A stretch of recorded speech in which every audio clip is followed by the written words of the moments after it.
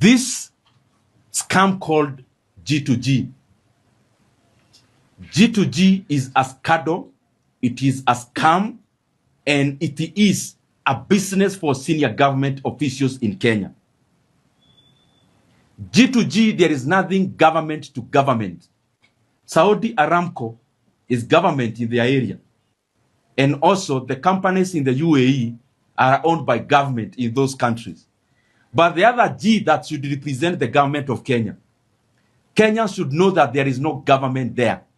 These are self-interested, greedy leaders who are profiteering from GtoG as Kenyans brace themselves with the pain at the pump. GtoG, I want to repeat, is a kiosk. It is a business enterprise. It is a profit machine for senior government leaders in Kenya. And the companies that handle 75% of GtoG volumes, the ultimate beneficial owners of these companies are the same people who added fuel prices yesterday. That for them, they would rather make profits from their GtoG arrangements and illegal businesses, but Kenyans to shoulder the burden and the cry. The most unfortunate bit is that they have now extended that grid from now downstream to midstream to all the levels of fuel production in Kenya.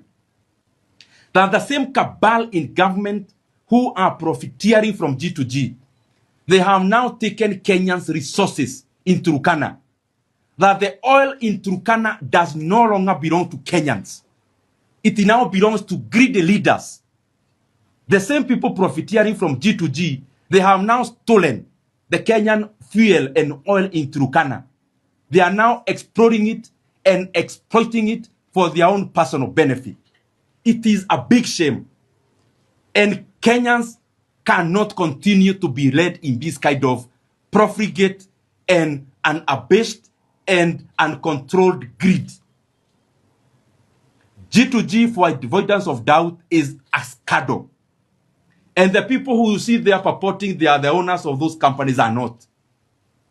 The second thing is that we have now also negotiated through the pain of Kenyans our political dealings.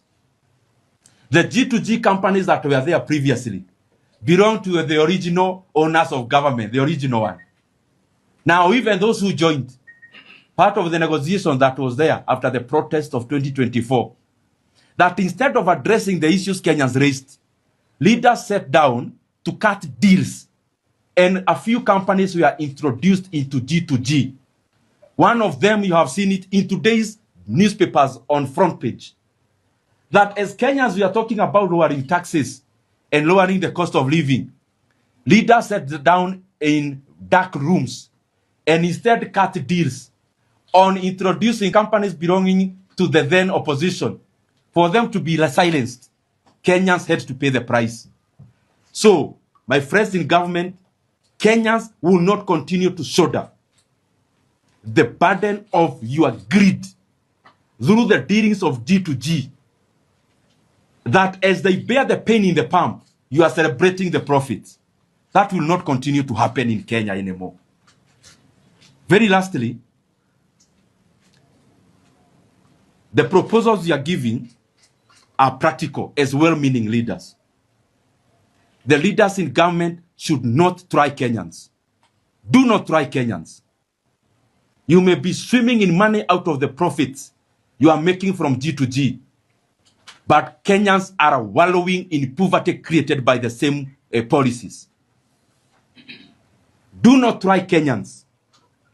It is to your benefit that soonest the government must call a consultative meetings of all the departments involved. We must reduce VAT further. We must reduce fuel levy. And we must provide an extra not less than 5 billion shillings for an additional subsidy. And those practical solutions will bring down the fuel prices by at least 27 shillings. Let us not try the patience of Kenyans further. It is to your benefit that you arrest this matter now by following what Kenyans are proposing. Don't argue with Kenyans, because soon you'll be arguing with yourself.